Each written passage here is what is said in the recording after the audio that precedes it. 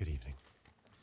My name is Jim Williamson, and I'm executive producer of The Fifth Estate here at CBC Television next door. Before I start, thank you. Is that a Fifth Estate person? Hello, Fifth Estate. Before I start, I have a really quick question for you. How is the temperature here at the Glenn Gould studio? Is it okay? It's okay? Good.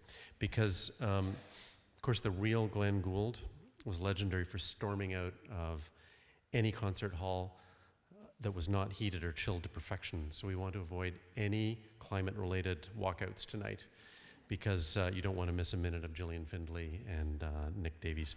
I'm here on behalf of CBC News, and CBC is a long-time and enthusiastic supporter of the CJF.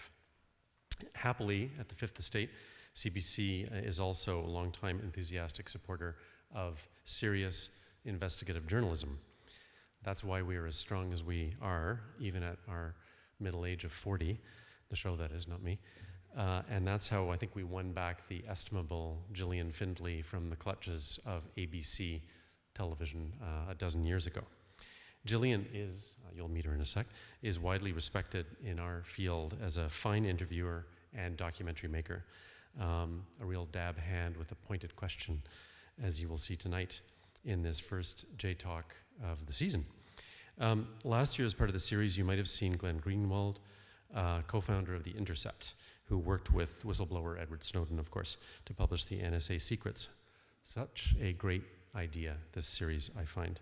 I will now turn things over to Beth Haddon, who was once Gillian's and my boss at the Journal, and more importantly, is now a member of the board of the Canadian Journalism Foundation. So welcome to Beth, and welcome to you. Thank you.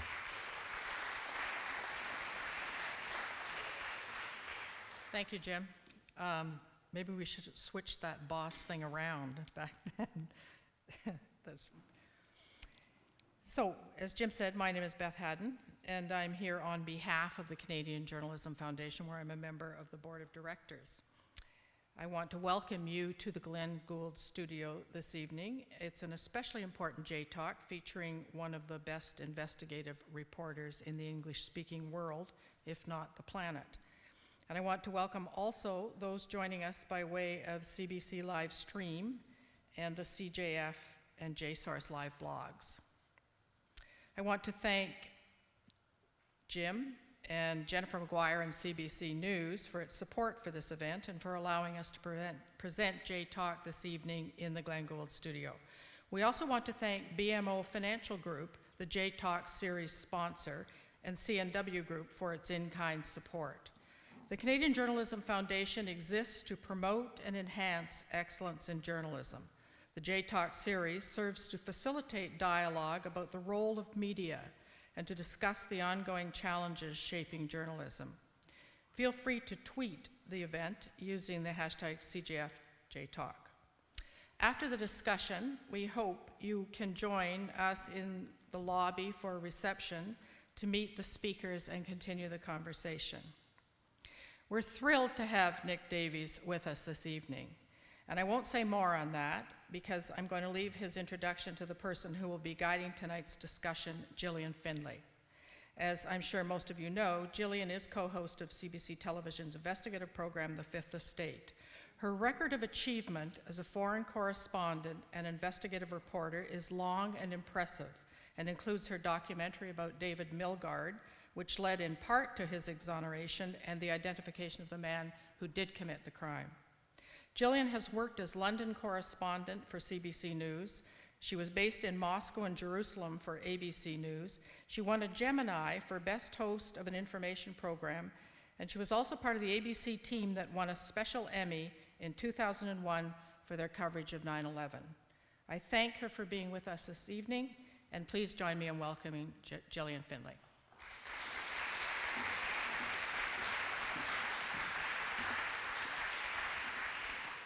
Thank you, Beth, and thank you all for coming. I know that we had competition tonight, and Bob Fisk is in town, and the French language debates are on, so thanks for all of you for coming out tonight, because I think it's going to be a really interesting evening. Can I just ask quickly, how many here are journalists, or married to journalists, or work in the journalism field? Great. And those who have nothing to do with journalism?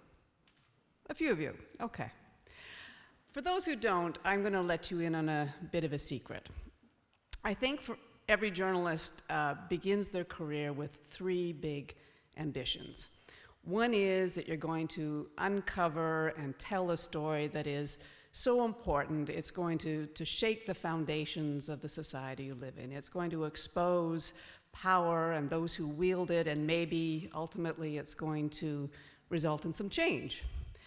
The second thing you aspire to then is to write the definitive historical account of that investigation, and hopefully in the form of a best-selling book. And then thirdly, what you really want is for George Clooney to option that book and turn it into a blockbuster Hollywood film. Nick Davies, the man you're about to hear from tonight, hit that trifecta in the last decade, all three of them. And he's here to talk to us about those accomplishments and about more. I know you've got some information in front of you, but let me just quickly run through some of the things that you should know. As a special correspondent for The Guardian, Nick Davies has a long history of conducting investigations with impact. Crime, miscarriages of justice, the failings of institutions, including the failings of the news media itself. You'll remember a few years ago that he was instrumental in publishing the military and diplomatic secrets obtained by WikiLeaks. But at the same time, he was churning out the many, many stories that would eventually lay bare the rot at the heart of the Rupert Murdoch's tabloid empire. His book, Hack Attack, and I think you've all got a copy of it tonight, is a story of that investigation. But he doesn't limit his targets to Murdoch or to his tabloids.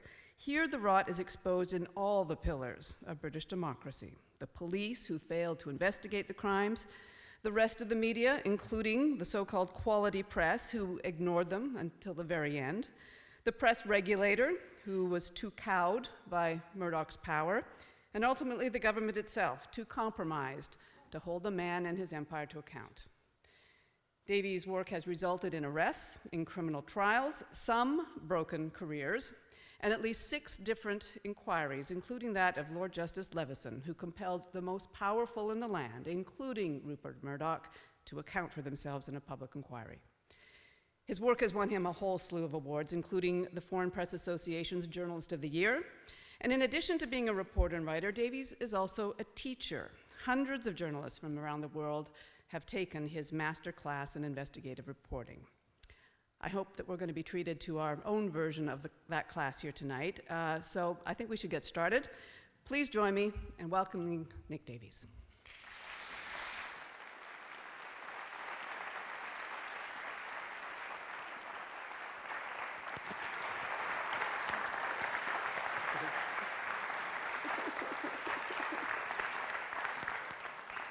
So George Clooney, introductions?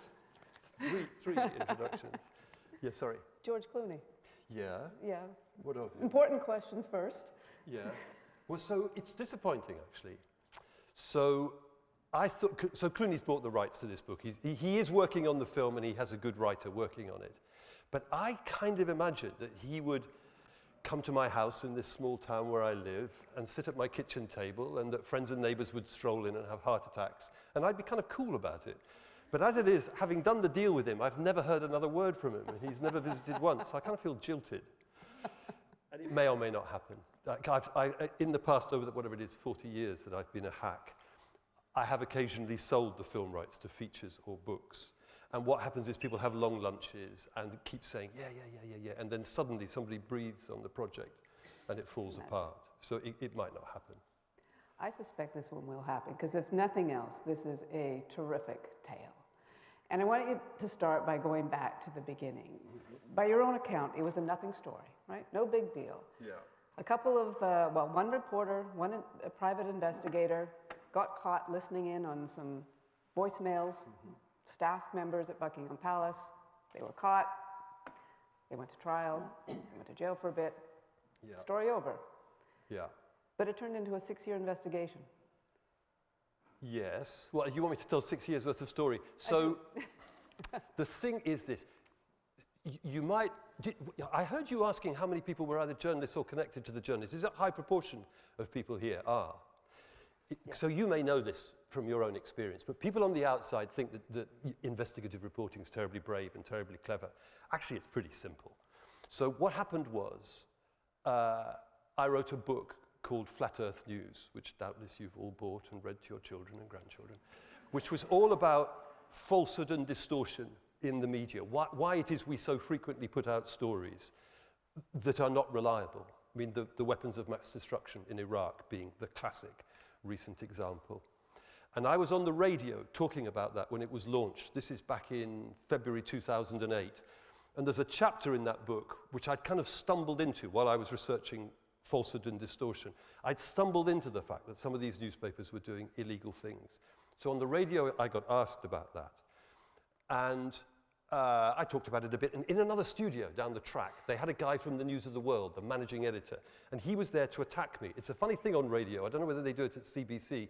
If they think two people are going to have a really heated verbal argument, they won't let them be in the same room. So it sounds to you as though we're in the same studio talking, but in fact he was 100 yards away in case I hit him, which I should have done, because he was a deeply dishonest character. And when I was talking about crime being committed, he had a go at me and said that I came from another planet and didn't know what I was talking about.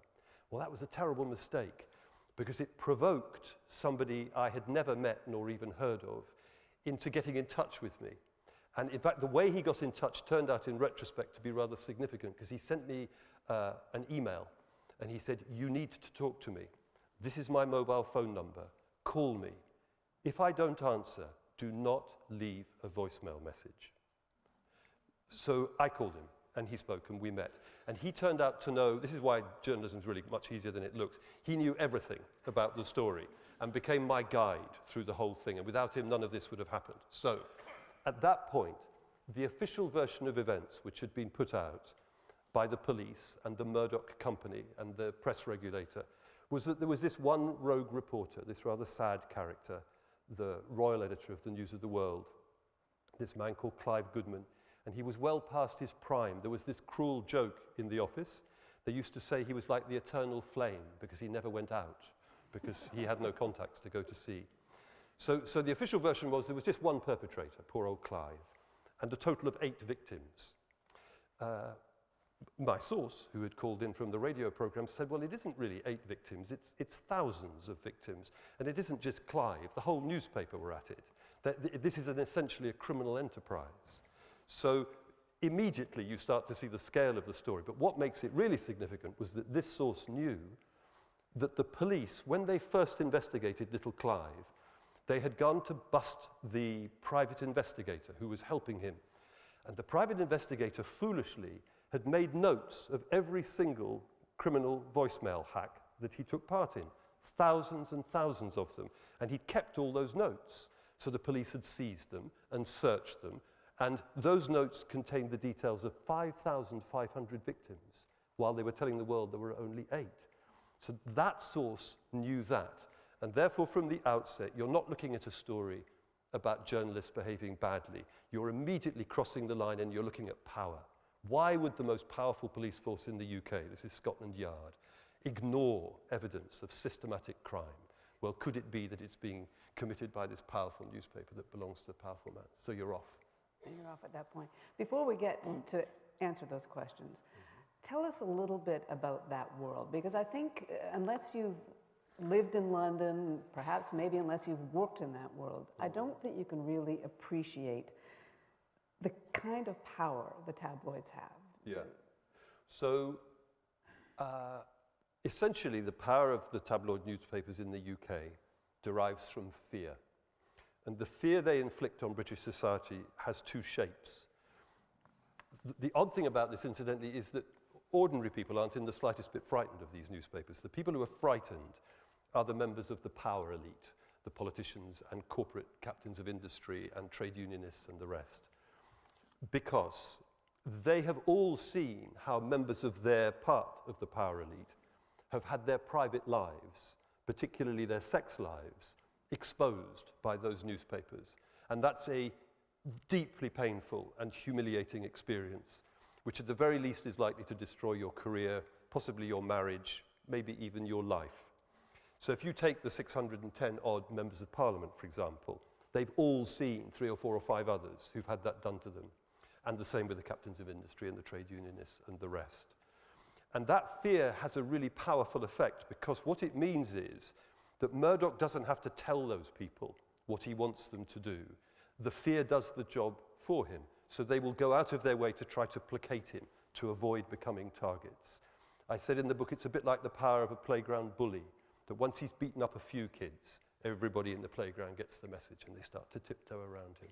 So there's that fear at work, individually, and then there's a kind of organizational fear, that if those newspapers go after your political party or your business or your trade union, they can destabilize you to the point where you can't run that organization. Every day is some sort of chaotic crisis. Your agenda goes out the window because there's some crazy front page story, and it may be completely false, but you're under siege from other reporters. The morale in the organization is crashing. There are emergency meetings. I mean, the Labour Party in the UK is the constant target of that kind of stuff. So you put those two fears together, the individual and the organizational, and that's the core source of their power.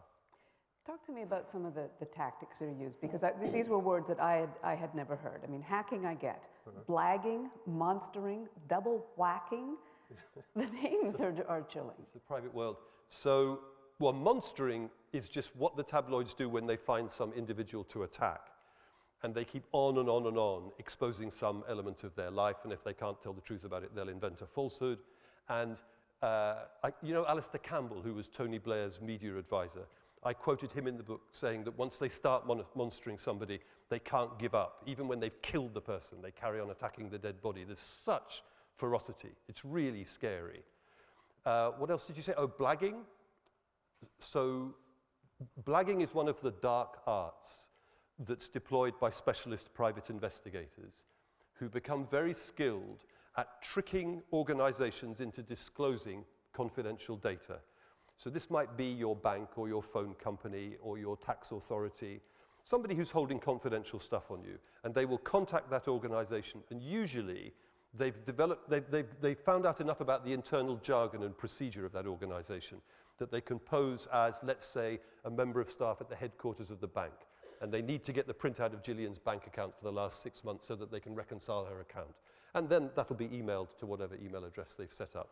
So blagging are those special skills at getting hold of confidential data. There's one guy who worked for some of the Mirror Group newspapers, not the Murdoch ones, who's an actor who actually, he's a mimic, so he specializes in copying the voice of very famous people. So when Gordon Brown was Prime Minister, he was blagging Gordon's bank accounts by posing as Gordon with his great Scottish accent. You could do it better than me.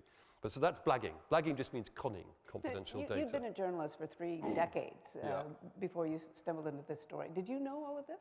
No, because I work for The Guardian. You see, The Guardian's kind of soft. No, it's not a kind of moral claim of high moral principle. It's that The Guardian doesn't belong to a profit-hungry corporation. It belongs to a trust. It completely changes the internal logic of the paper. So you go to The Guardian, there's a lot of people, we have these little breakout areas with cozy chairs and a lot of kind of cups of coffee. There's free coffee in the office, and there's a lot of people sitting around having a little chat. Whereas you go to a tabloid newsroom, there's this regime of fear operating because the commercial pressure is passed down to the editor and down to the news editor and down to the reporters. You get out there and get that story and don't come back unless you've got it. Really a lot of bullying, a lot of tension. So the reason The Guardian didn't get into this stuff was really just kind of too laid back to be bothered. and not terribly rich either, because you've got to pay these guys to take these risks. This didn't start with Rupert Murdoch. It did. It did. The Yeah. tabloids were like The Guardian prior to Murdoch's arrival in town? Yeah, Murdoch had a huge impact on tabloid journalism in Britain. Before he arrived on the scene, the big selling paper was the Daily Mirror, which was kind of supportive of the Labour Party, and I think it genuinely saw itself as having some kind of mission to explain the world. And they took great pride in taking really complicated issues, like whether or not we should be in the European Union or what's to happen to the economy, and trying to break it down to explain it to the working class, who were their readers. And Murdoch came in, bought this failing tabloid, The Sun, and dragged it down market. And at the time, the London Times, which he now owns, but which then he didn't own, watched him taking The Sun down market and attracting readers. And they wrote a leader comment in which they said rather snootily, Mr. Murdoch did not invent sex, but he understands its value for his circulation figures. And it was all about shagging and naked women and people's sex lives. And once he made a commercial success out of doing that, the Mirror and the other tabloids were compelled to follow because they were losing their readers. So, and then there's a chapter in the book where I looked at the way in which the various different crimes that were being committed by Fleet Street newspapers had started. So there's voicemail hacking, and there's email hacking. There's the routine bribery of police officers and prison officers and civil servants. And over again, you can see the pattern that it's in a Murdoch paper that it starts. I think it would be because the commercial pressure there is even greater than anywhere else. And then as the staff from that newspaper move, they take the infection and spread it. And even in 2015, that kind of story has a currency, right? I mean, the idea that you could be outed as an adulterer or a homosexual, that's still, fear still resonates today like it did. So what happened was that after this story all exploded in July 2011, there was a period where all bets were off and all the rules changed. And the newspapers at the dark end of Fleet Street were cowed. They'd all been committing crimes. They were extremely worried about being busted or even closed down. And they backed off some of their worst excesses.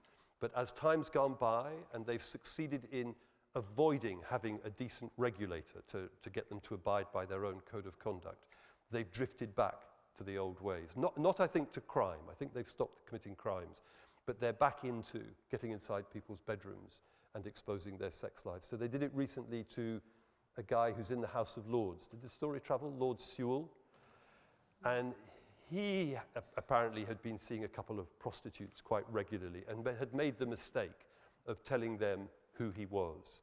And they had evidently smelt money and gone secretly behind his back to the Sun, the Murdoch Daily. And the paper had supplied them with a little camera. And so they'd filmed him. And there's an endless argument, which you journalists would be familiar with, about what is or isn't in the public interest. It's an incredibly important concept, which nobody actually knows its meaning. But one of the things we agree about is that if you're exposing crime, then you can say what we're doing is in the public interest.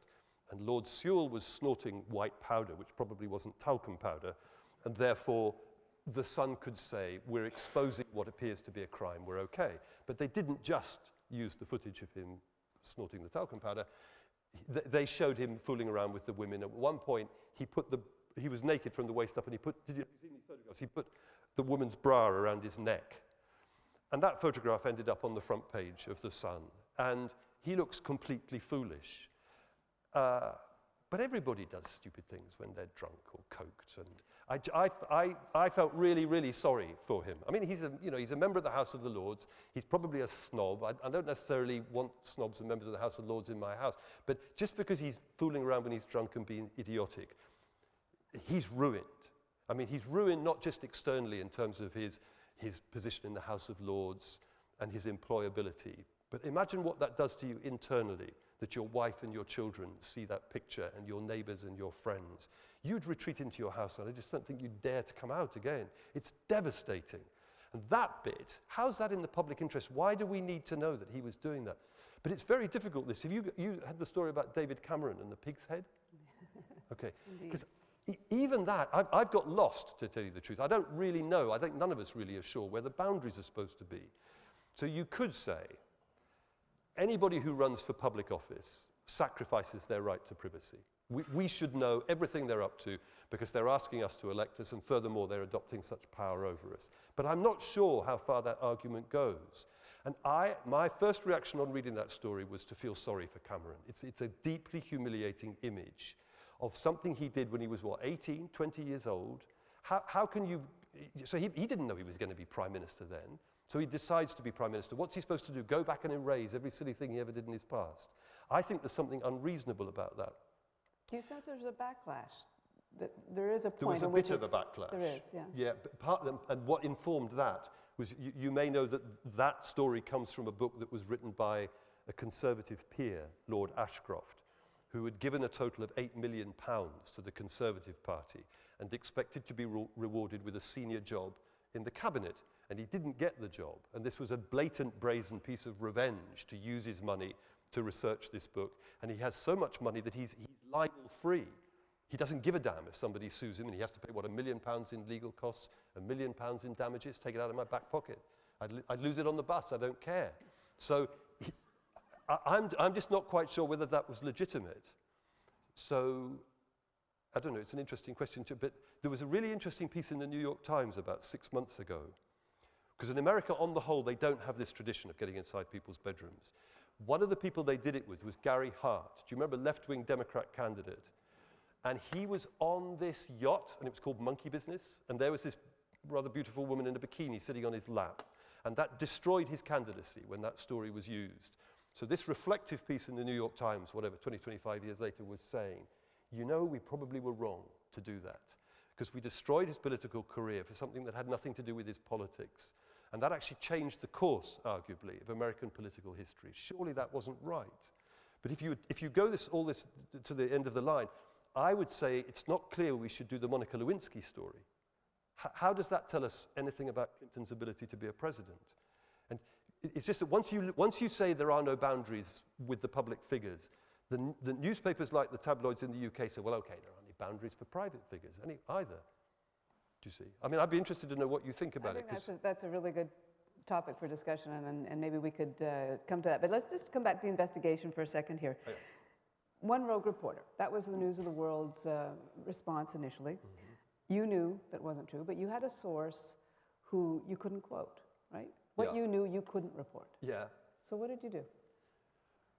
Well, so I worked with this really helpful source, and I went out and tried to find other sources. And I got to the point where I had a copper-bottomed story which expressed the fact that the crime had gone on a huge scale, thousands of victims, and that the police knew about it and had done nothing, and that there were lots of people in the Murdoch company who knew about it and had evidently been lying for press, public, and parliament.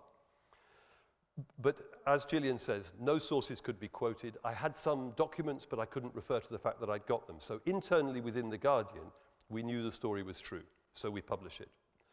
And the first thing that happened was that after about 24 hours, a very senior police officer stepped out from Scotland Yard, wearing his suit and all of his authority, and he held a press conference, and he essentially said, The Guardian story's a lot of old balls, and the News of the World haven't done anything that you don't already know about. And that was pretty scary. 24 hours later, the Murdoch company put out a statement accusing us of deliberately misleading the British people. And this gets more scary. And then that evening, we heard that the Murdoch people's political correspondents were on the floor of Parliament and were persuading their Conservative allies on the committee that looks after the media to call me and my editor as witnesses to come before them in 4 days' time to justify our story. And we could see immediately that because they're not an ordinary company, they're a news company, and they had read the story with journalists' eyes, and they could see that, okay, we might be accurate in what we were saying, but we didn't have any sources. So they were going to call me and my editor, Alan Rusbridger, in front of this committee. Their political allies would say, go on then, prove this story. How do we know it's true? And we were going to be really, really in a lot of trouble. I mean, probably end of career time. Is this mic coming and going a bit? But so what happened was that within that 4-day period, one of the key sources was infuriated by the Murdoch company's aggression in accusing us of deliberately misleading the people when the reality was the reverse. And that source kind of authorized/persuaded me that one or two of the documents which I had could safely be put in the public domain because they'd passed through enough hands that nobody would be able to suss out who the source was. So I kept that to myself because I was so nervous about communications being intercepted. And I work from home, not in London, in the office. I didn't even tell Alan, the editor. So we arrived there on this Tuesday morning, all feeling pretty nervous because we're going to be confronted. And at that point, I told Alan that I thought we might have a way out of this.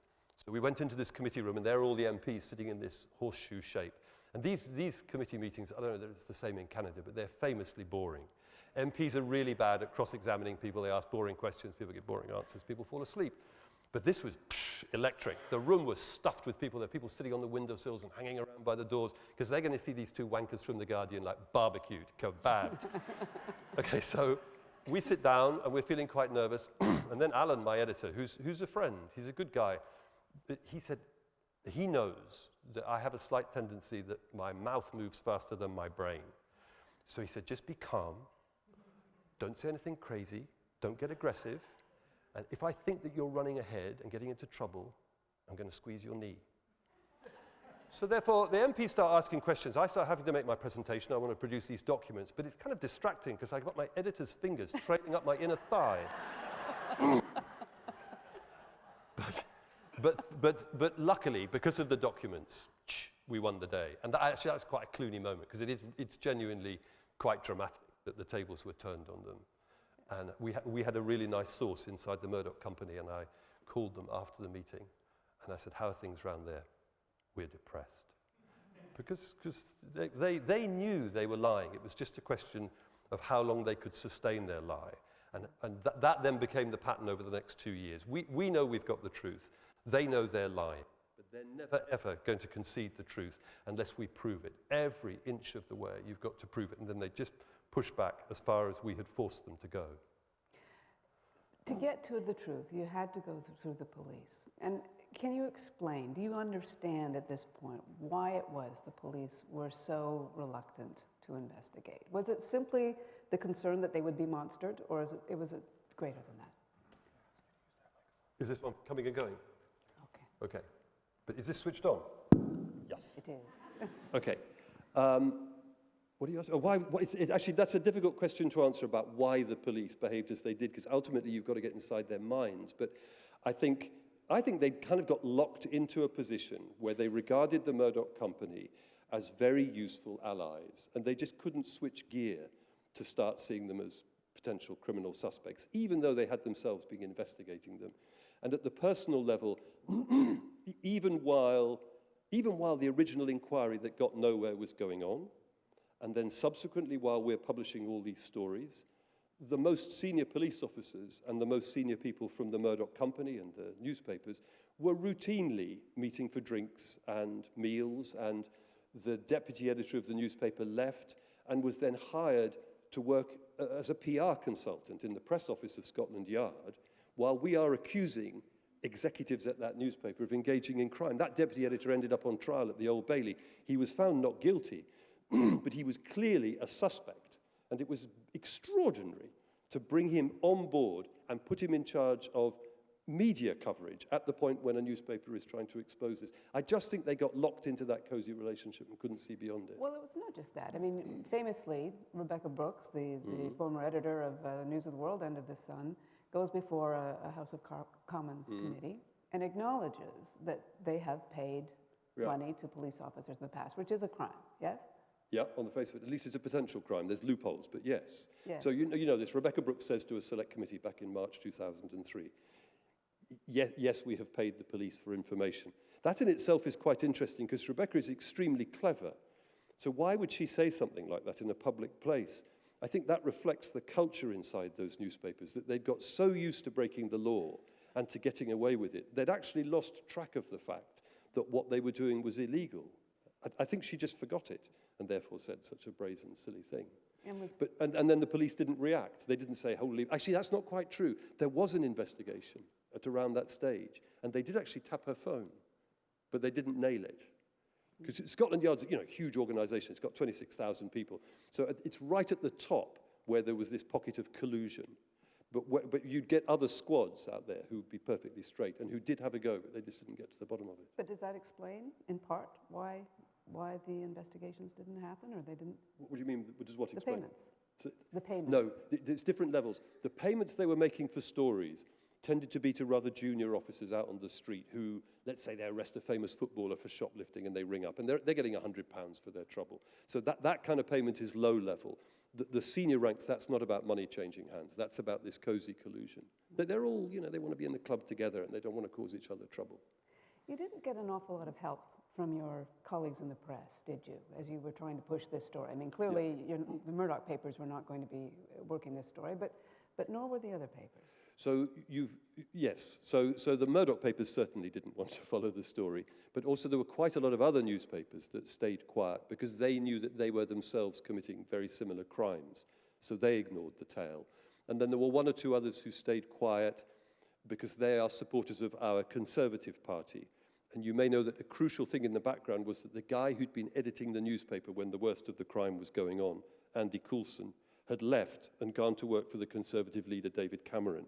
And so the pro-Conservative papers didn't want to cause embarrassment to the Tory leadership, which is corrupt. I mean, not financially corrupt, but it's journalistically, intellectually corrupt. But they went nowhere near the story. And so at some point, you and your editor, Alan Rusbridger, you make a decision that you're going to go outside. You're going to go, I think, first to the BBC, but ultimately you go to the New York Times. And you as a journalist who's done this investigation, has the sources, has done all this work, is going to be in a position to sit down with New York Times reporters and share. Because again, there's a kind of naive version of the way that journalism operates, which is that we kind of sit passively at our desk and we find a story, like we might find a rock in the street and pick it up and put it in the paper. This whole idea of being objective. It's bullshit. Real reporting is aggressive and proactive, and it's riddled with difficult judgment calls, which start from the moment you decide I'm going to cover this story, but not the million and one other stories. Why am I doing that? Not this. It's not objective. There's some kind of judgment going on. Usually it's a commercial judgment. We can sell more papers, raise our ratings. Or in an ideal world, it's a moral judgment. There's something here that really needs to be said. And then the whole process is riddled with judgments and stuff that you don't read about in journalistic textbooks. So in this case, we were isolated. We were being attacked by the police, the Press Complaints Commission, the Murdoch Company. So a big factor is that our credibility is at stake here. And so that puts us, in a sense, into a political arena. I don't mean a party political arena, but we're fighting for our reputation as well as doing the straight journalistic job. So that involved us in various strange maneuvers. So what Gillian's referring to is that Alan in particular could see that the paper was really in trouble because we're up against 4 national newspapers that belong to Murdoch and his television channel. We're losing the information war out there. People think we've got it wrong. So he says, well, we've got to get this stuff out somehow. The other newspapers aren't going to cover it, as we've described. So first he contacted Bill Keller, the editor of the New York Times, and said, psst, would you like a story? It's not bad. It's got the royal family. It's got private investigators. It's got tabloid journalists, all sorts of crime, all sorts of color. And it's about Rupert Murdoch, who's just bought the Wall Street Journal, which he's trying to use to destroy your newspaper. So he sent 3 reporters across. And then I'm in this weird position of unloading. Normally, reporters, we don't give other newspapers stuff, but I'm unloading everything I know, all the loose ends, key sources. I mean, Alan introduced them to one key source, I to another, deeply off-the-record people to help them. And then it's a kind of risk because they then start tearing away. They spent months on it on their own, and they're very, very thorough at the New York Times. It was always possible they were going to come back and say, actually, you guys have got this wrong, and we're going to turn you over. But luckily, they didn't. They confirmed what we were saying and got one new element. And also in the background, we briefed broadcasters who were kind of outside the magic circle. So they made programs. So we're pushing back. But it isn't it isn't a kind of naive version of journalism. It's very much you're struggling for survival as well in doing that. There was another strange thing which, we were talking about the borderlines of public interest and nobody knows what the word really means. Some people think this was wrong. Here's the thing. Reporters don't actually have much power to obtain information. It's not like being a police officer. You can go into houses and get access to databases. So I'm stuck in this gap where I know what the truth is, but there's no point knowing it unless I can prove it. And I know the cops are sitting on all this evidence. Okay. So early on, there was one particular victim of the phone hacking who was one of the first 8 who were identified in court right back at the beginning. Had a very clever lawyer. And he sued, right? He sued the News of the World. And the judge in that case said, okay, in order to get to the bottom of this case, I need the police to disclose anything that they obtained in their original inquiry about this guy who's suing as a victim. So, and he won because the police handed over evidence, proved that the News of the World were deeply involved, and they paid him shitloads of money to go away. Okay, so I think let's try and do some more of that. So this is where you cease to be a passive reporter and start to do what some people would say is wrong. I'm now interfering in the events I'm reporting. So in the background, there are people who've worked for the News of the World who really, really don't like the way that newspaper operates. So secretly, they're helping me. So they say, okay, Mr. A, Mrs. B, Prince C were victims of the phone hacking. So I then approach those people and say, okay, you were victims. Will you please sue? Because if you sue, we can get you to court, and the judge will do the same thing for you that he's done for the other guys. He'll order the police to disclose the evidence. I can't get it. I'm just a guy with a notebook, but the judge can make them do it. So some of them say, okay. So then already we've got 1 or 2 lawyers who are interested in taking these cases, and I know them. So I then introduce the willing victim to the lawyer starts suing, and then months later the judge says, okay, police disclose. And I'm sitting in court, I get my material. Okay, so I'm happy with that. I put it in the book. I don't feel that I've done something wrong. You don't but there's feel no, really not. But there's a kind of purist version of journalism in which you sit neatly at your desk with your suit and tie and wait for a press release to arrive, and then you translate it into copy and then go home satisfied. But it's a lot of a wank, to use a technical expression. I think we've got to go out there and work hard to get our stuff. And that idea of generating legal action to get the court's power is a second-hand one. I got it from, you know, Harry Evans, who edited the Sunday Times in London when it was probably the best newspaper in the world. And Harry is you know, top guy. And he was a brilliant editor, partly because he constructed such wonderful stories and always backed his reporters, but also because he's very, very hot on ethics. And in his memoir, he describes this story where there was an aeroplane, passenger plane, that took off from Orly Airport in Paris, climbed to about 3,000 feet, and started to break up. And it crashed to the ground, and 320 people were killed. And he sent reporters out, what the hell was that about? And they came back with this terrible story that there had been a couple of other planes of the same make, freight planes, which had done the same thing. And the allegation was that the people who'd made the plane had discovered too late that it had a structural fault that meant that it was always likely to crash. It wouldn't crash every time, but it was always prone to this happening. And that they had made the most immoral possible decision, the manufacturers, that rather than call it back and scrap it and redesign it, which would have cost a huge pile of money, they'd let it fly, let it kill some people, and the compensation would be a big pile of money, but less than the other one. So Harry says, that's, you know, so serious. We can't print that unless we have it nailed down. So then he says, you go and talk to the families of the people who've been killed and persuade them to do 2 things. 1, they must sue the manufacturers. And 2, don't let them sue in France, where this happened. It's an American manufacturer. Get them to sue in New York, because it's the New York courts who are most likely to order the plane company to disclose all of its internal paperwork. And lo and behold, 18 months later, the judge in New York says to the manufacturer, you disclose your internal paperwork, and there is the story, spelled out in black and white. The allegation was true. But Nick, so I thought if it's good enough for Harry, it's good enough for me. But is there not a point where you can stray over the line? Because I think what was interesting about this, it was Max Mosley that financed a lot of these approaches of court. This is a man, as you point out, had his own history with Murdoch's. He'd been monstered, and he had sued, and he'd won. He has an axe to grind at that point.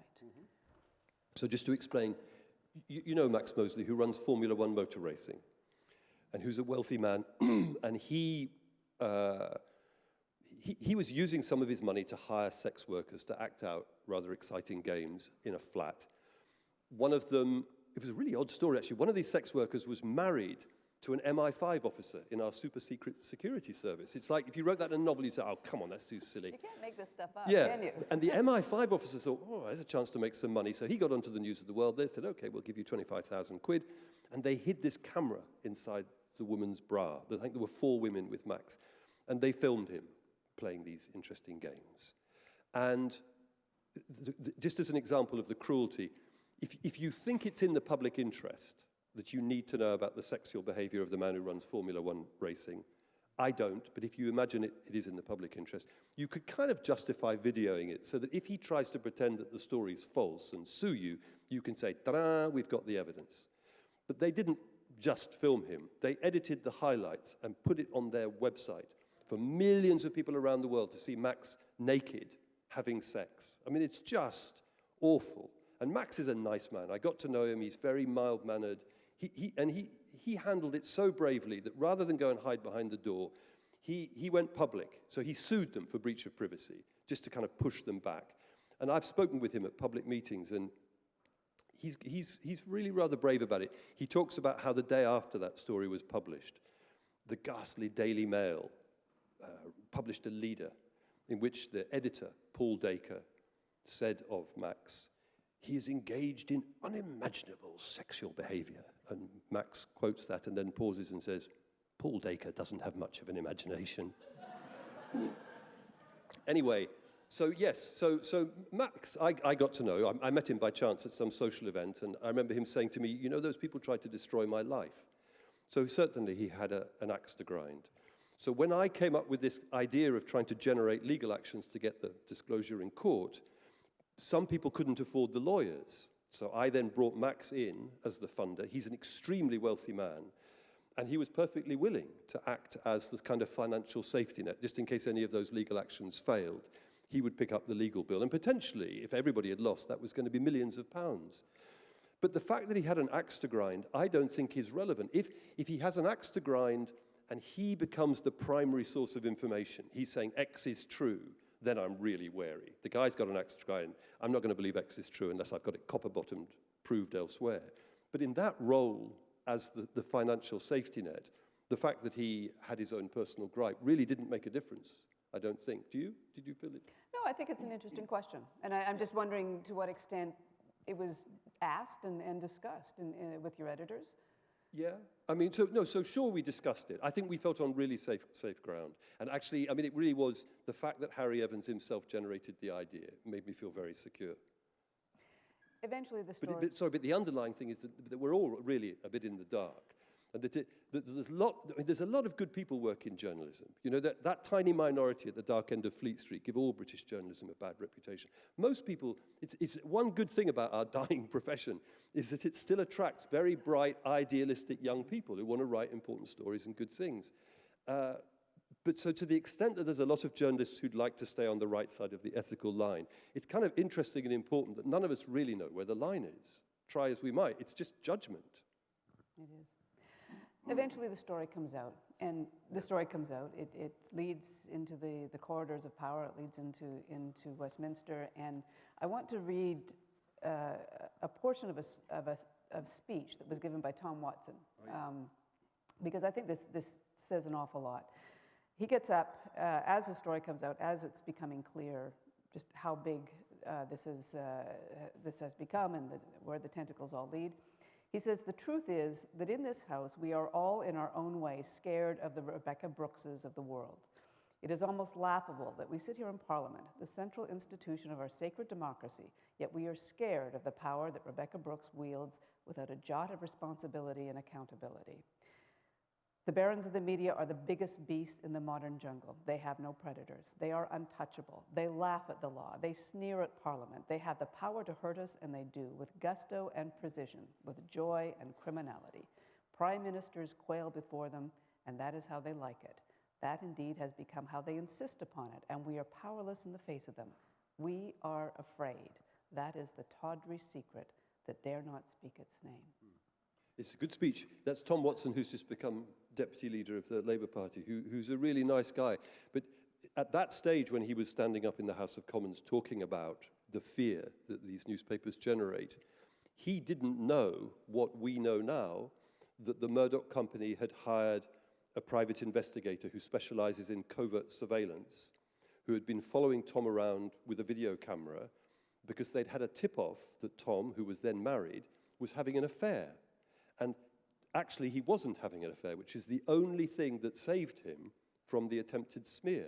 So the fear that he was describing was actually building up to descend on his head, even then. The private investigator who specialized in the covert surveillance had a rather romantic idea about himself. He called himself Silent Shadow, but his real name was Derek, I can tell you. But what does Sorry if there's anybody called Derek in the audience, but it's just one of those names. What does it say, Nick, about democracy? Democracy, and it's not just in Britain, but for him to stand up and say, we are afraid, that is the tawdry secret that dare not speak its name. I mean, he's right. I mean, I think there's several layers to it, to this kind of degradation of democracy. So the underlying layer is that those newspapers engage in routine falsehood and distortion. And sometimes it's just to sex up a story. And sometimes it's part of some political project. So, I don't know, you may have seen that in our general election in May, several newspapers engaged in a political project to persuade their readers not to support the Labour Party and Ed Miliband. And they just found endless ways of smearing him. I mean, including going back to find ex-girlfriends and getting them to talk about what he was like in bed, and or the fact that the Labour Party had volunteers working during the election, like any political party in the world, who were volunteers and who weren't being paid. Front page headlines, slave Labour. It's just, so it's that falsehood and distortion is pretty significant, because if you then ask the electorate to vote in an election, or we've got a referendum coming up next year about whether or not we should stay in the European Union, it's actually a fantastically complex subject.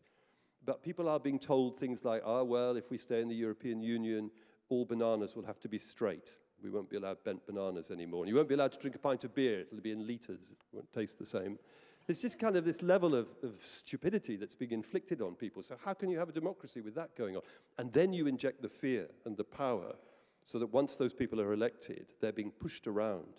So in the book, I talk to a lot of senior politicians and government officials about the way that the Murdoch crew were behaving behind the scenes. And you can see really big decisions, like our decision to get involved in the invasion of Iraq was significantly affected by Rupert Murdoch's own view, which in turn was about his attachment to George Bush's White House, and he was acting as a kind of courier. And it's been really significant. And where Tony Blair wanted to join the European currency and didn't. And I would say over that, really, rightly or wrongly, but over that very big decision, I think Murdoch's influence was not just significant, but decisive. That's why the Prime Minister didn't do what he wanted to do, because this former Australian with an American passport told him. And then you can even see it in silly things like, for example, Rebecca was married to an actor whose name I've forgotten, who's in EastEnders. And they had a terrible row. You know this story where they started shouting at each other and she got arrested for hitting him. And curiously, never even interviewed, released. Anyway, she then started going out with this guy, Charlie Brooks, who eventually she married. And Charlie at that time was a racehorse trainer. Gordon Brown, then the Chancellor of the Exchequer, a powerful politician, discovered that Rebecca's boyfriend was a racehorse trainer. So he instructed officials to look into the question of whether possibly we might cancel what's called the racehorse levy. That's a specific tax on the racehorse industry, which everybody in the racehorse industry hates. And he was examining this not because it was good for the country or even good for the racehorse industry, but as a way of making Rebecca happy to please her new boyfriend. This is absurd and yet real. I'm going to fast forward because I want to leave time for questions, but eventually it all comes out. The Millie Dowling story comes out. Eventually, 5 days after that, the News of the World goes. Murdoch's bid for B-Sky B and satellite Gemini goes. And the inquiries start, and there comes the day where Murdoch is brought in front of the public inquiry, and he's very frail, and he sits there and he says, "This is the most humbling day of my life." He says it twice, actually. As the man who was arguably the most responsible for bringing him to that point on that day, what went through your mind as you watched him? Several things. So first of all, I wanted to get into the room where all this was happening, so I sat on a cold pavement for 6 hours outside. So I got in with a kind of square butt. Then we're all waiting there, and all the MPs are sitting around their horseshoe table, and we're waiting for Rupert and his son James to come with a little consigliere. And when he finally comes, he's disappointing, because there's this, media mogul, Mr. Power. But actually, he's just a shabby little guy, with a bald head and a crumpled suit. And then he played that part. At the time, I'd never seen him before in the flesh, and I wasn't sure. Do you remember all this? He quite often when he was asked questions, he kind of disappeared into vagueness and was sort of drumming his fingers on the table. I don't really remember. And I wasn't sure whether he was genuinely getting old or whether that was a kind of strategic amnesia. Well, did he know? Did you come to a conclusion? Yeah, I would say that was certainly a tactical move, that he's not gaga at all. And I got to know people who've worked very closely with him, and they say he's a nightmare because you can give him a script and he just won't stick to it, whether he's in court or at a public meeting. And so they'd rehearsed and rehearsed. You're going to be asked this, you're going to say that. But if all else fails, go gaga. And so on the whole, and for most of that meeting, I thought it was great. And, there was a group of people who worked on this thing. And I really felt, including some of the MPs who were asking questions like Tom, this is good. This guy with all this power is finally being made to sit here and explain what the hell's been going on. And I can remember sitting there thinking it's a bit like being in a classroom where the children have taken over and we're all dancing on the desks and the head teacher's running off down the road, or we're threatening to punish him. And it was great. And then do you remember there was this idiot who got up and with a plate full of shaving cream and smashed it into his face, which completely blew it.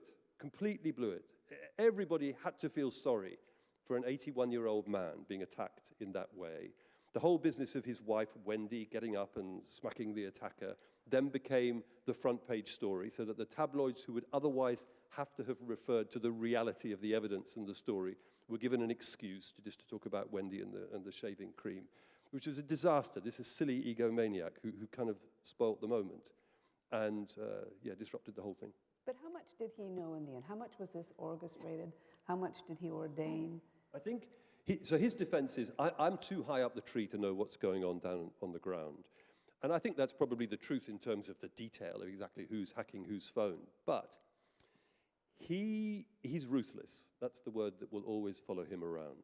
So in the months that followed, the police are running a really aggressive inquiry. And the police are holding meetings with the Murdoch company in the UK. And those minutes have been leaked. And what you can see in there is that the Murdoch company are terrified that there's going to be a corporate charge against the company itself, which could lead to the director sitting in the dock, which would include James Murdoch. And they're desperate to avoid that. And their lawyers are saying the way to avoid the company being prosecuted is for the company to cooperate with the police. So what they do is, so the police are basically looking at phone hacking in the news of the world. The company, searching through their email archive, find evidence of their own reporters on The Sun paying bribes to police officers and prison officers. So voluntarily, they grass up, they betray their own staff, hand this stuff over to the police, saying, there, we're being good, so don't go prosecuting the company. All right. So this has a terrible effect on staff morale at The Sun, because they can see themselves being busted because the old man's betrayed them. So he comes over to London and he holds a staff meeting with reporters from The Sun. And these are tabloid guys, they're not stupid. They tape record him secretly. And then they leak the tape. And in that meeting, he starts blathering on about people bribing the police. Everybody knows that's been going on in Fleet Street for years. Bingo. So you may not have known that reporter A was paying police officer B, but you knew that bribery was part of life on your newspaper. That's as close as we've ever got to showing that he knew. I think he knew in general terms. And there is another story, but I can't tell you for legal reasons. All right. You write in the book, exposure is one thing, victory is another. And I just want to read one more paragraph here, because when I got to this point in the book, it made me very sad. All of this exposure and the brief humbling of Rupert Murdoch easily seduced us into thinking that we had won a great victory, that truth had caught up with power.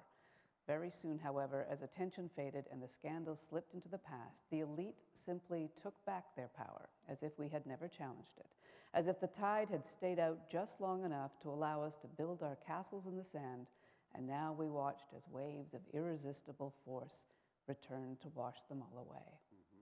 The elite, Nicely written. the elite simply took back their power. Is that what's happened? Yeah, these guys don't let go of it, do they? I mean, that's the whole point of having power. You grab it. Have you ever come across Stephen Harper? He's an interesting example of that. What do you? Yeah, yes, yeah. So I'm afraid that we didn't really achieve very much. So I think we probably reduced the level of crime in Fleet Street newspapers to zero. They've drifted back into invading people's privacy, like poor Lord Sewell with the bra around his neck. Falsehood and distortion, attacking political parties in a really cynical and unjournalistic way. All that's going on.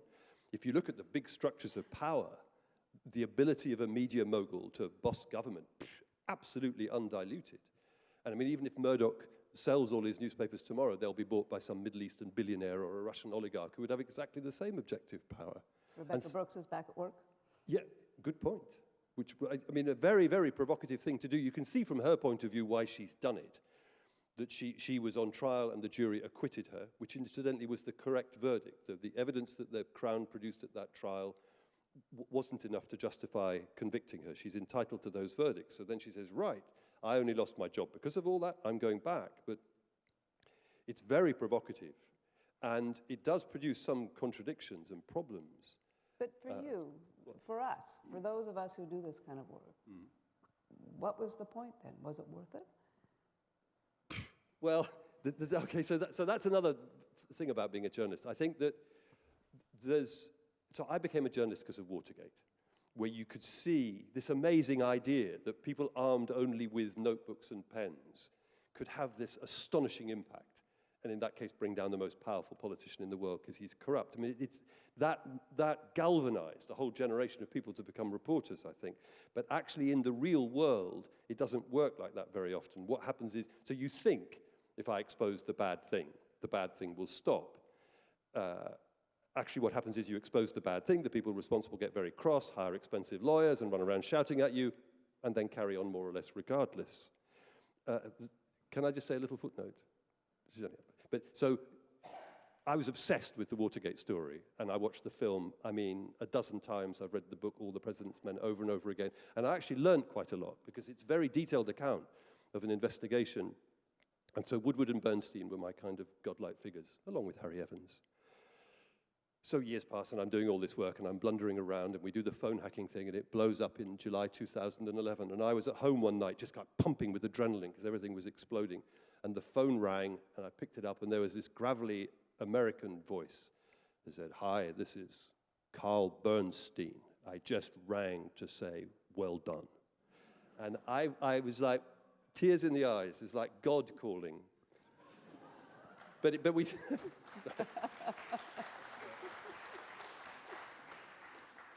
but we still didn't bring down the president. No, so that's, I mean, it's about the written word, that there's a limit to how much power a word has, or a collection of words. It's very rare in history. I reckon Jesus Christ and Tom Paine probably used words to more power than maybe any other humans in the history of the planet. But it's not just the words, it's the truth. The truth didn't change. Yes, but it is only words expressing those truths. Like we hacks don't have real political power. If we lived in pure democracies of the kind for which people sacrificed life and liberty over the centuries, it might be different. Public opinion would be enraged and would demand change from within the power structures. But we are a very, very long way from living in genuinely democratic societies. We do this voting thing once every 4 or 5 years, but that's about it. Huh? Well, roll on October the 19th. What are you going to do? I'm going to, on that depressing note, I'm going to ask anybody who has a question, I'm sure many of you do, there's a microphone in the middle here. All we're asking is, first of all, you ask a question, and tell us who you are, first of all. My name's Dennis Kucherawi. I'm a journalist for about, I hate to say how many, at least 30 years. And Like you, Nick, I'm a child of Watergate. You know, at Western University, we followed it. We used to watch it all the time. And I had the pleasure of meeting and interviewing Carl Bernstein, too. So we have something in common. My question is, number 3 of the trifecta about George Clooney, is that there was a play recently done in the West End called Great Britain at the National. And I understand that Nick Heitner, that they had written it and that they rehearsed it actually in secrecy while the trial was on, and that once they had the verdict, then they felt free that they could present it because of they wouldn't be sued. And I was wondering if you saw it and if you had anything to do with the play, or what your comments were. Actually, so just so you understand, that this play was put on at the National Theatre, which is kind of a version of the phone hacking story. But actually what happened, so you were saying once the verdicts came through, they were free to do the story. That's not what happened. It was the opposite. That they were rehearsing the play on the basis that they thought Rebekah Brooks would be convicted. If they'd come and got in touch with me, I was sitting through every day of that trial, I could have told them that's not going to happen. But so they then panicked at the last moment because they had a play which made out that the character who could identifiably be connected to Rebekah was a guilty person. So what they did was they split that into 2 parts, so that they then had a news editor who was entirely innocent of crime, and then they had a second character who had lots and lots of flaming red hair, who was obviously identifiable as Rebekah and who was also innocent, so that they had to rewrite it in the last minute and completely redo it. But because I'd been so involved with the story, I kept being invited. Anybody who bought a ticket to the bloody play, who was a friend of mine, would say, I've got a second ticket, come and see it. So I saw it 3 times. I've got pretty bored with it. But I actually found it really frustrating because it was so disconnected from the true story that I just sat there feeling frustrated. Have any of you seen a film called Fifth Estate about WikiLeaks, Julian Assange, with Benedict Cumberbatch? So I was very involved with Julian and setting up all that stuff at The Guardian. And there's actually a character in the film who's supposed to be me. But that film drove me mad as well because it says here's Nick Davies, here's Julian Assange. But like 90% of the events in that film didn't happen, and 99.5% of the dialogue's never spoken. So it's just a very frustrating, irritating experience to see somebody completely misrepresenting something you were involved in. Hi, my name is Pacent. I'm a producer at The Current at CBC Radio here. I was really struck by what you said about this whole, the purist version of being a journalist, sitting at your desk neatly with a suit and tie and waiting for things to come to you, versus your aggressive version. And I just wonder, is that something that you see has shifted generationally? Or when did that begin? Or I mean, I just started it. I've only been doing this for about 5 years, and I'm curious to hear about when the tide turned, or if it's just a difference between organizations. I don't know whether I can identify a point when the tide turned. It's weird how these conventions develop and change. When I was researching that book, I talked about falsehood and distortion in the news. For some reason, I ended up reading about the first ever media interview, which was a newspaper in New York, it might have been called The Star, who interviewed the guy who's the founder of the Mormon Church in Salt Lake City. Can't remember his name.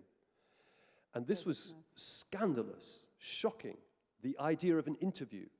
Because at that stage, the naive idea of the passive reporter was, you wait for people to talk, and then you say what they've said. But the idea of going out and persuading somebody to have a conversation which otherwise they wouldn't have had was considered deeply unethical because you were interfering in the events that you were reporting. This conversation wouldn't have happened if you hadn't set up the interview. But of course now the whole boundary has shifted and that's just considered mainstream.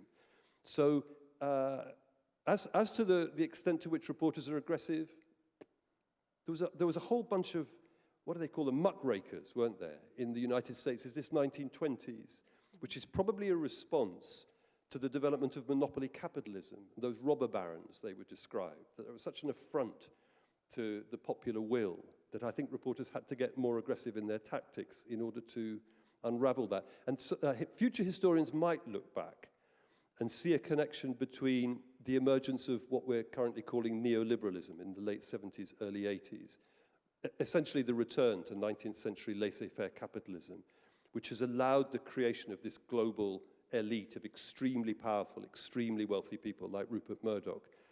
And because they're operating globally, apart from anything else, we have to start operating globally. So there's far more transborder journalism going on because of that. And I think in order to be able to reach that high up the tree, to people who are that well protected with their lawyers and their PR people, you have to be more aggressive or assertive or imaginative about the tactics you deploy. Which of course costs money. Yeah, but I think what you're talking about is the ways of operating and getting more Line, assertive. yeah, if it's... Yeah. I mean, I think we're all in trouble. You know, the world's in a very, very difficult place.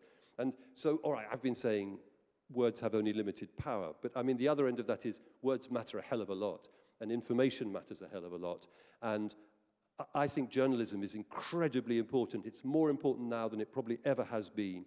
And it really pisses me off. People on the left in particular have a caricature version of mainstream news organizations, that we're all puppets of corporate power. We're all cowards. We're just servants of whatever the power elite want us to report. And it's bullshit. Lots and lots of really good, brave, honest people become journalists. And people risk their lives out in the Middle East and get beheaded or killed in battle. Or they work in countries like Mexico, where you'll get taken away and chopped up by the gangster politicians. There's lots and lots of good journalists. And the idea that we might die off because of the commercial pressures on us, and we would be replaced by citizen journalists, it's bullshit. To be a journalist, you need skills and resources and accountability. And an awful lot of what passes for citizen journalism on the internet has all the intellectual caliber of graffiti on a toilet wall. It's garbage. And you can see a kind of awful prospect. If we don't hang on and preserve our profession, we could go into an era of kind of information chaos, because what's happening is that for 100 years or more, ever since the Industrial Revolution, the developed world has produced a choice of newspapers so that consumers could buy the newspaper that suited their worldview, their politics, their religion, whatever. Now you're in an era where you not only can consume the news that suits you, you can produce the news that suits you. So if you're a racist, you can produce racist news on websites that will be read by other racists. If you're a Catholic, Catholic news for other Catholics. If you believe the entire world is controlled by the Illuminati, which apparently it is, I'm not aware of it all, then the Illuminati believers will read your website. And the whole thing can fragment. And if that happens, people go, what we need here is a new profession, somebody who's paid to go out and tell the difference between truth and falsehood. Wouldn't that be great? Sorry, guys, too late, you killed us off. So this is a bit of a rant, wasn't it? But I just...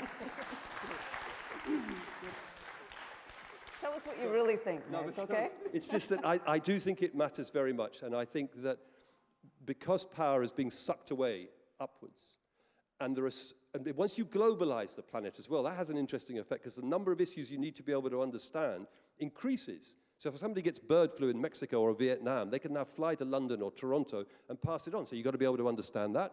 If somebody's selling subprime mortgages in Illinois, they're selling the debt to a bank, which is selling it on to other institutions all around the world. That crashes, we all get hurt.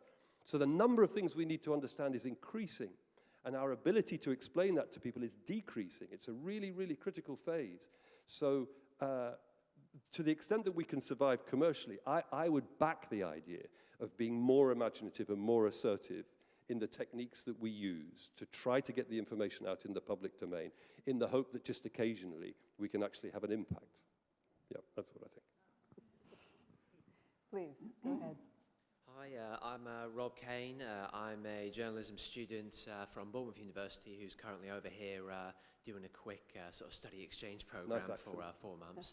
And the question I'm going to ask is a bit of a simple one compared to everyone else, but what's the most difficult obstacle that you've had to overcome in your career as an investigative journalist? You mean in a particular story or just generally? Just generally, whether you're investigating, whether you're writing a story, Okay. whether... All right, so here's what I would say.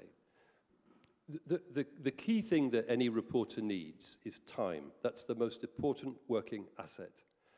And the great difficulty that all reporters have in their newsrooms is the pressure to move on to the next story, finish this one quickly. And because the internet is taking away readers, taking away advertisers, taking away money, newsrooms are shrinking their resources, it gets more and more difficult for each reporter to have the time to do the story properly. And there was a word coined in the UK, which I used in that book about falsehood and distortion, which is to describe what happens a lot now in newsrooms as churnalism, with a CH at the beginning. That people are sitting there chained to their keyboards, and they're just recycling. It's usually wire copy from Reuters or AP and or press releases, just recycling it into pretty little stories, no chance at all to check whether or not the information's true. Blair says there are weapons of mass destruction in Iraq. Hey, it's a story, put it on page 1. Or even to go out and try and find a story that hasn't been dished up by Reuters or PR. Journalism. That's what you get reduced to when you're not given enough time. So the corollary of this is, I think there's all sorts of interesting skills involved in reporting, but one of the most fundamental is the skills of office politics. So a great boon for me at The Guardian was that the editor, Alan, was my friend. We'd started as inky-fingered fourth formers on the same day, and we'd become friends, and we'd gone out doing embarrassing things with girls together. So he's much more grown up than me, so he became the boss. I'm still running around with a notebook. But he always covered my back. So he always knew I was working. He wouldn't stop me. He wouldn't interfere. When I filed my copy, he protected it and made sure it got in the paper. So if you're going to work for a news organization, try and pick a big one, because it'll have the resources to occasionally set aside time. And find an ally upstairs, so that when they have their dreadful conferences in the morning and they sit around boring each other, producing their dreary story lists, and they say, what was your name, Rob? They say, all right, let's send Rob out to rewrite 10 press releases today. Somebody's going to speak up for you and say, no, Rob's about to bring down the government. Let him go.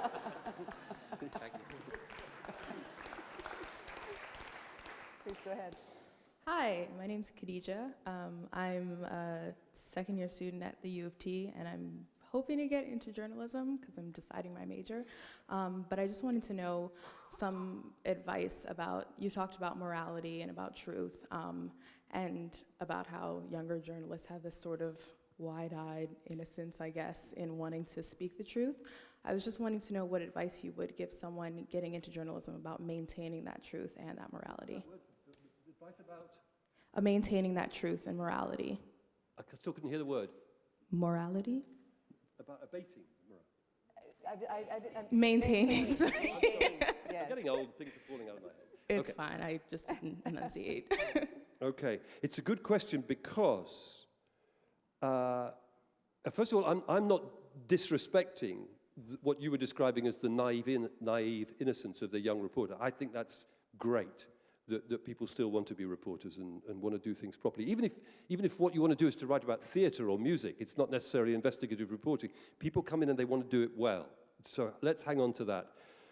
It is tough because on the whole, particularly if you're junior, you'll get fed into this mincing machine where you will be given the kind of dog's body stories and you will be expected to do a lot of journalism, pushing out 5 or 6 stories a day. And it's just a question of internally hanging on to your own ambition.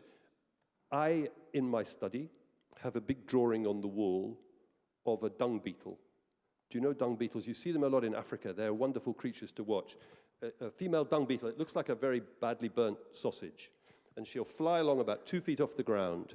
And what she's looking for is elephant shit. And that's quite easy to find because if it's there, it's, in a considerable quantity. And what she does is she sees it, she changes her structure, she dives in, gets in amongst it, and lays a little egg. And then she does a clever thing where she goes, pat a cake, pat a cake, pat a cake, and creates a thing like a kind of tennis ball of poo with the egg inside it. Then what you see is an extraordinary trick. So she pushes that down onto the ground, stands on her hands, and then with her back legs, she pedals it backwards, down the track, into the bush, and finds some safe place under a tree or something, and leaves it there, and they go flying off looking for more elephant dung. But so meanwhile, inside, there is a point to this. Inside the ball of dung, there's the little egg. And over the next few weeks, it gestates, and there comes a point when it comes alive, utterly isolated and surrounded by darkness. And instinctively, it starts to eat the dung, and then it reaches the outside. And the point about this story for young reporters and in life in general is that you have to eat a lot of shit before you can fly. Thank you.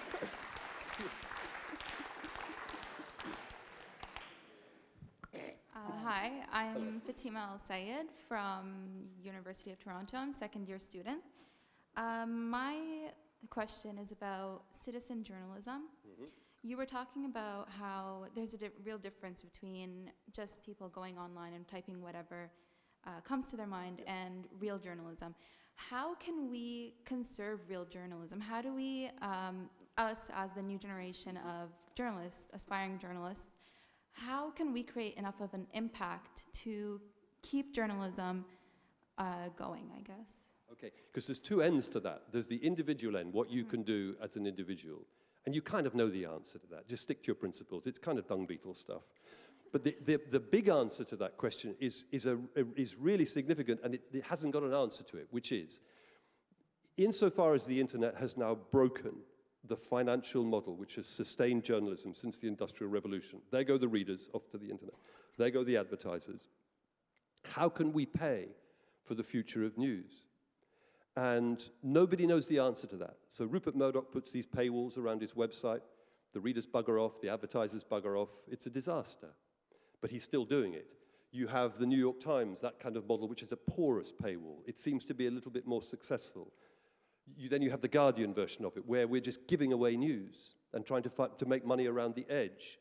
Now, all of us are struggling to find the solution. All of us know we haven't found the solution. All of us kind of hope somehow or other we'll muddle through and find it.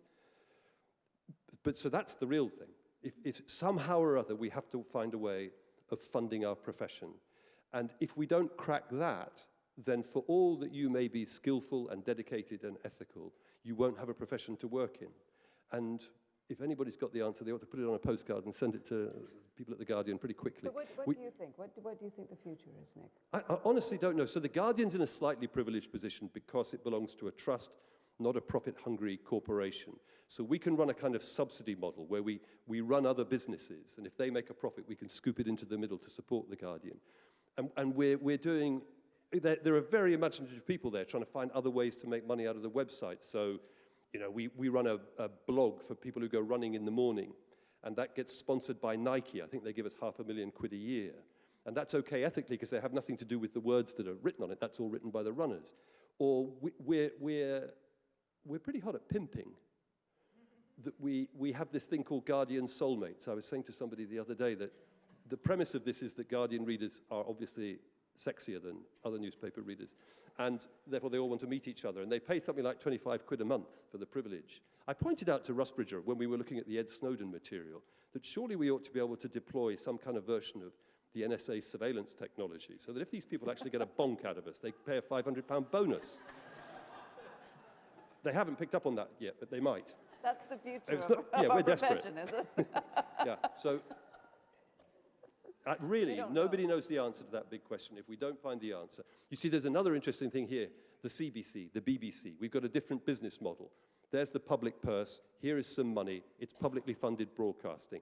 That business model isn't being destroyed by the internet, and therefore they ought to be havens of safety for journalism. But they are under malicious political attack from right-wing governments around the world, often, not necessarily in the Canadian case, but in the British case, in league with our friend Rupert Murdoch, who want to destroy them, to reduce them to the kind of ghetto that you have with PBS in the United States. That's so unnecessary and so wrong to do that to public broadcasting when their business model still makes sense and could survive. But I'm sorry, I don't know the answer any more than anybody else I've come across. We have to find it somewhere. Thank you. Oh, there is somebody there. Hi. Hi, my name is Lo Brown. I'm a first-year journalism student at Sheridan College. My question, and I would hate it to be a reiteration of the advice that people are looking for, but just going into first year and the amount of responsibility that I think falls on journalists, is there a piece of advice that you would give in terms of being knowledgeable? I feel like you have to know so much information to be a journalist, to be a responsible journalist. So what advice would you give? Because it is a weird profession. Yeah. Because you get chucked into all these different areas and suddenly you're supposed to be expert. So there's a train crash, you're an expert in signaling systems. There's a plane crash, it's Rolls-Royce engines. I've been pitched in here to write a piece about Stephen Harper, 6,000 words of it. Suddenly I'm supposed to be an expert on Canadian politics. Canada, you know, is an invisible country. Nobody's ever heard of Stephen Harper. So I think part of the thing is, this is partly to do with, if you limit the amount of knowledge, you can also increase your chances of success, because there are all sorts of areas of life which newspapers no longer cover properly because they've reduced their staff. If you look back at newspapers in the UK in the 1960s, they had special correspondents for the Navy, for agriculture, for all sorts of local government, all sorts of areas. So one thing that would make a lot of sense is early on to identify a subject area that you'll be the specialist in. Food, for example. The whole business of producing food and the compromises that are made and the poisons that are injected and the problems that are created is really interesting. We don't have food specialists. All you would have to do is to buy the kind of magazines that farmers read, for example. And within a couple of weeks, you would know things that newspapers don't know, and they would be worth reporting. And if you then focus, I mean, this is slightly going beyond your question about knowledge, but in order to build a career, focus on a particular news organization and perhaps a particular reporter, and start pitching stories about food. And the first few times you contact them, they'll ignore you. All news organizations are terrible about dealing with outsiders. But then you'll get one through. So then the next time you contact them, they're more likely to pay attention. And there'll come a point when they say, well, we need somebody who knows about food. Okay, it's you. But so I think specialize early on is a good idea. And then you don't have to know everything about everything. In brackets, if anybody knows everything about Stephen Harper, see me afterwards. Thank you. Thank you. Is there anybody else? Oh, I see you getting up. Okay, go ahead. We have time for one more quick question. Can we get the house lights up? Yeah, it's a little Why are hard. we doing this? Is there a way to turn the house lights up? I don't know. I think, yes, there they are at the back. Hi. Go ahead, please. Yeah, my name's Megan Campbell. I'm a journalist just starting it with Maclean's magazine. And so I had this question. You obviously like a lot of color. You know, you talk with a lot of color and you have this obvious imagination, talking about dung beetles and square butts and all of this. And talking about you talk dung beetles and yeah, okay. So I was just wondering, when I'm thinking of, you know, when I'm deciding which stories to pitch, one having a lot of like scenes and color and interesting landscapes and stuff, the other involving going through documents or correspondences, I'm probably going to choose the more colorful story, not just because it's going to sell more, perhaps, but because me as a journalist, I'm going to be more interested in writing that story. So how do you, you know, make that decision to the more, yeah. All right, so here's how I see it.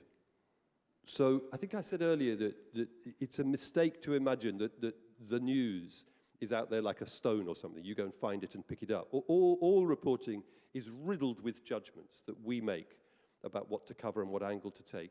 And we don't find stories, we construct them. And if I'm constructing a story, I think of the story as being like on a spectrum. And at one side of the spectrum, you have ideas about the world. And at the other end, you have human interest. This is kind of the language that you're speaking, all right? Ideas, human interest. If you construct a story which consists entirely of ideas, you've got an academic thesis. Maybe it's a comment piece. If you construct a story that's entirely of human interest, it's just a dung beetle, then you've got a tabloid news story, yeah? What you want to try and do is hit the center point, so that when you have an idea, you find a human interest vehicle to carry it. And if you have a strong human interest story, try and make it express an idea, so that way you hit your reader or viewer or listener in the head and the heart. You make them think, you make them feel. So don't go to one end, so don't choose just the color and just do a color story, because I think that'll be superficial, it won't tell anybody anything. And reporters generally are good at taking the idea and looking for the human interest story. So the news editor says unemployment's just gone up by 2.5%. You're going to go out and find the family where the father and the mother have both lost their jobs and they're suddenly on their uppers. You'd look for the human story. But reporters are less good working in the other direction. You find the human story, or whatever it is. I can't think of one off the top of my head. The interesting thing is you have real judgment and choice here. So, for example, I once did a story about the richest man in Britain. As soon as you're doing a story like that, you've got human interest. Wow, weird. What's his life like? So then you can say, how are we going to use that? So I got to know him a little bit, and one of the things that was striking about him was that he was miserable. He sat in this huge house, in this huge room with this huge amount of money, and he talked to a dog all day, and he was just really, really a sad character. And so you could do the human story to carry a very familiar idea that money doesn't make you happy. Or you could go in a completely different direction. You say, you know what this guy is? He's the embodiment of that character in whose name the world has been transformed in the last 35 years. He's an entrepreneur, a capitalist. So you could tie him to that. All that neoliberal experiment is about giving the power over our future to this man. Let's analyze him in that way. Or what I did was I stumbled into, it's a funny thing about rich people, that they only become rich by being ruthless, therefore they create enemies wherever they go. With this guy, it was like with Rupert, there were lots of people out there who wanted to talk about him because he'd pissed them off. And one of them pointed out that he was probably paying less tax than I was, which kind of pissed me off. So I took that human story and turned it into a thing about the way in which wealthy people can hire accountants and lawyers so that they're exempt from the taxation system. So if you think about that spectrum and try and hit the center, the idea and the human interest gives you impact. Does that make sense? Yeah. Thank you for the question. We're out of time. We promised you a master class. I think we got a pretty decent one in the hour and a half that we had. Thank you all so much for coming tonight. Thank you so much to Nick Davies. I think there is...